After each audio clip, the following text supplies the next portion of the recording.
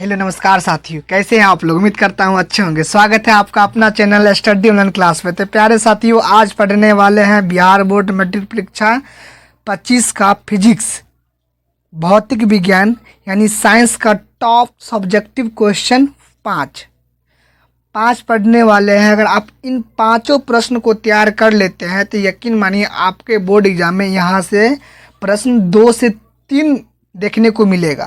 इसलिए इस प्रश्न को स्किप मत कीजिए और आप लोग इसे ज़रूर लिख करके याद कर लीजिए। अगर याद हो अच्छी बात है, अगर याद नहीं हो तो कॉपी में लिख करके याद ज़रूर कर लीजिए, ताकि बोर्ड एग्जाम में ये प्रश्न आए तो छूटे नहीं। बिहार बोर्ड परीक्षा में बार बार पूछे जाने वाला प्रश्न है, जिसे वीवीआई प्रश्न कहा जाता है। चलिए प्रश्न को स्टार्ट करते हैं।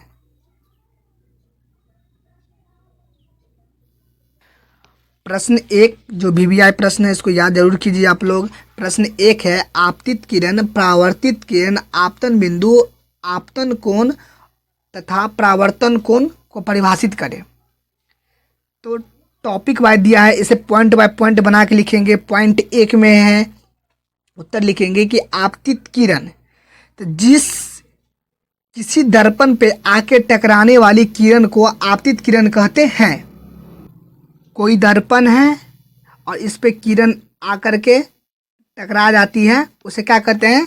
आपतित किरण कहते हैं। अगला पॉइंट, परावर्तित किरण, दर्पण से टकरा कर लौटने वाली किरण को परावर्तित किरण कहते हैं।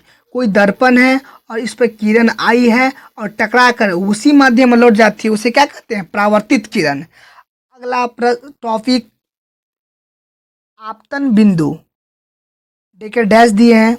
आपतित किरण दर्पण के जिस भाग पे टकराती है उसे आपतन बिंदु कहते हैं। यानी आपतित किरण जिस दर्पण के जिस भाग पे टकराती है उसे आपतन बिंदु कहते हैं। अगला टॉपिक, आपतन कोण।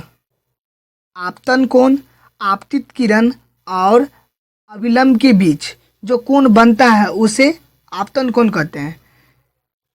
आपतित किरण और अभिलंब के बीच जो कोण बनता है उसे क्या कहते हैं? आपतन कोण कहते हैं। और उसके बाद लास्ट पॉइंट है, परावर्तन कोण। परावर्तन कोण किसे कहते हैं? तो परावर्तित किरण और अभिलंब के बीच, परावर्तित किरण और अभिलंब के बीच जो कोण बनता है उसे परावर्तन कोण कहते हैं। क्लियर हो गया बच्चों यहाँ तक? इसमें 2-4 पॉइंट बना के दिया है, एक क्वेश्चन कर दिया है। हम उसको क्या किए हैं, पॉइंट बाय पॉइंट बना के लिखें, ताकि बोर्ड एग्जाम में एक भी नंबर नहीं कटे। आप लोग सेम टू ऐसे ही लिखिएगा, बोर्ड एग्जाम में एक भी मार्क्स नहीं कटेगा, ये मेरा वादा है।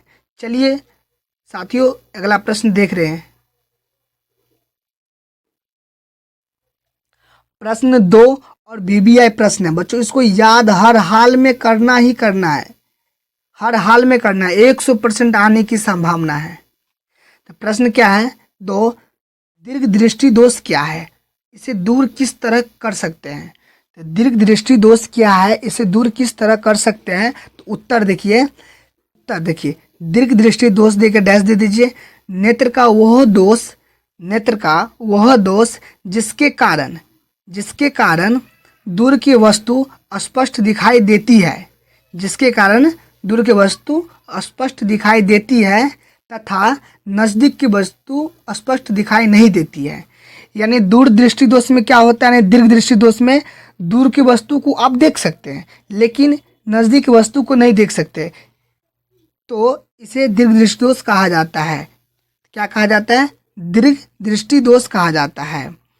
उसके बाद गोलक छोटा हो जाता है, यानी आँख का जो गोलक होता है वो छोटा हो जाता है और रेटिना पर जो प्रतिबिंब नहीं बन पाता है। जो रेटिना होता है, स्वाभाविक बात है कि अगर आपका गोलक छोटा हो जाए तो रेटिना पर प्रतिबिंब नहीं बनेगा।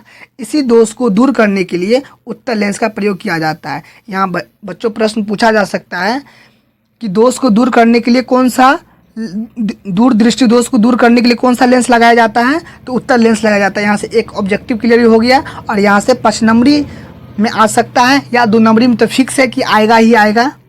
प्रश्न 3 और वीवीआई प्रश्न कई बार पूछा जा चुका है, आप लोग इसको 100% याद कीजिएगा। टॉप प्रश्न होने वाला है, 5 टॉप प्रश्न। चलिए, प्रश्न 3 है, इसको याद तो हर हाल में करना ही करना है। 3 प्रश्न क्या कहता है, आवर्धन किसे कहते हैं और इसका ऐसा मात्रक को लिखे। आवर्धन किसे कहते हैं और इसका ऐसा मात्रक को लिखे। तो उत्तर है आवर्धन, देकर डैश दे दीजिए। प्रतिबिंब की ऊंचाई तथा वस्तु की ऊंचाई के अनुपात को आवर्धन कहते हैं। यानी प्रतिबिंब की ऊंचाई और वस्तु की ऊंचाई अनुपात को आवर्धन कहते हैं। आवर्धन को m से सूचित किया जाता है। आवर्धन का ऐसा मात्रक नहीं होता है, ये मात्रक विहीन होता है, मात्रकहीन होता है, इसका कोई मात्रक नहीं होता है। यदि प्रतिबिंब की ऊंचाई को u तथा वस्तु की ऊंचाई को v, तो आवर्धन बराबर क्या हो जाता है, m बराबर u बट्टा v हो जाता है। ये ऑब्जेक्टिव में भी आ सकता है और सब्जेक्टिव में भी आ सकता है, इसीलिए इसको याद जरूर कर लीजिएगा। यहाँ से ऑब्जेक्टिव भी एक क्लियर हो गया और सब्जेक्टिव भी आ जाएगा। तो सब्जेक्टिव क्या आया है कि आवर्धन किसे कहता है और इसका ऐसा मात्रक को लिखे। तो आवर्धन किसे कहते हैं, प्रतिबिंब की ऊंचाई तथा वस्तु की ऊंचाई के अनुपात को आवर्धन कहते हैं। आवर्धन को m कैपिटल नहीं बोलेंगे, यहाँ पे स्मॉल से सूचित किया जाता है। आवर्धन को छोटा m से सूचित किया जाता है, यानी स्मॉल m से सूचित किया जाता है। आवर्धन का ऐसा मात्रक नहीं होता है, यह मात्रक विहीन होता है, इसका कोई मात्रक नहीं होता है। और प्रतिबिंब को ऊंचाई को आप u मानते हैं और वस्तु की ऊंचाई को v मानते हैं, तो आवर्धन बराबर यानी m बराबर क्या हो जाएगा, m बराबर हो जाएगा u बट्टा v हो जाएगा। इसे याद जरूर कर लीजिए हर हाल में।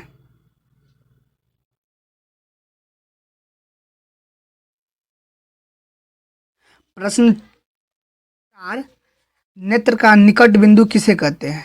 नेत्र का निकट बिंदु किसे कहते हैं, इसको याद जरूर कर लीजिएगा, 100% आने की संभावना है, इसे याद कर लीजिएगा।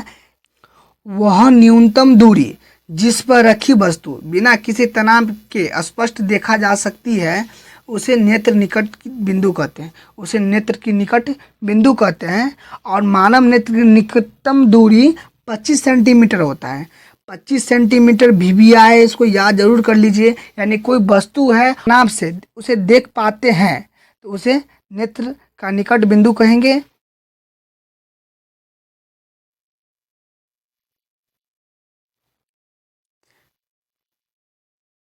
प्रश्न 5 VBI, इसको याद जरूर कर लीजिएगा, आने की संभावना 100% बनती है। 100% की 100% कई बार पूछा जा सकता है, इसको MVBI में टिक लगाइए और इसको याद हर हाल में करना ही करना है। चलिए प्रश्न को स्टार्ट करते हैं। पानी में डूबी हुई लकड़ी मुड़ी हुई प्रतीत होती है, क्यों। बच्चों यहाँ पे थोड़ा घुमा के क्वेश्चन आ सकती है कि पानी में छड़ मुड़ी हुई प्रतीत होती है, क्यों। या बाल्टीन में पानी रखी हुई है, उसमें छड़ डुबाते हैं तो मुड़ी हुई प्रतीत होती है, क्यों। यहाँ से प्रश्न को पूछने का तरीका बहुत हो सकता है, लेकिन उत्तर इसका एक ही होगा। यानी अगर पानी बोला है, छड़ बोले हैं तो छड़ देंगे, लकड़ी बोले हैं तो लकड़ी देंगे। यानी जो चीज़ का जिक्र प्रश्न में किया जाए, उत्तर में वही चीज़ का जिक्र करेंगे। यहाँ पे दिया है कि पानी में डूबी हुई लकड़ी मुड़ी हुई प्रतीत होती है, क्यों।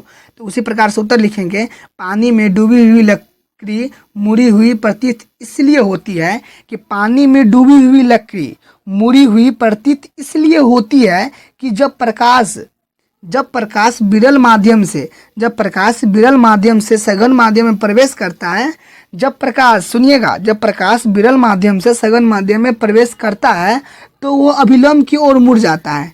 किसकी ओर मुड़ जाता है, अभिलंब की ओर मुड़ जाता है। यही कारण है साथियों, यही कारण है कि पानी में रखी हुई लकड़ी मुड़ी हुई प्रतीत होती है। सिंपल बात, याद हुआ या नहीं हुआ।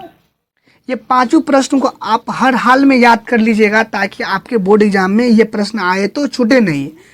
चलिए साथियों, इसी प्रकार से ये PDF के नोट्स लेने के लिए हमारे व्हाट्सएप ग्रुप में आप लोग जुड़ जाइए। वीडियो के डिस्क्रिप्शन में लिंक दे दिया हूँ, और हमारे टेलीग्राम ग्रुप भी है, स्टडी ऑनलाइन क्लासेज, सर्च करके टेलीग्राम पर जुड़ जाइएगा। और बहुत सारे फेक अकाउंट बना हुआ है, ग्रुप बना हुआ है हमारे स्टडी ऑनलाइन क्लास के से, तो आप लोग डिस्क्रिप्शन में लिंक दिया हूँ, उस पर क्लिक करके डायरेक्ट आप ग्रुप ज्वाइन कर सकते हैं।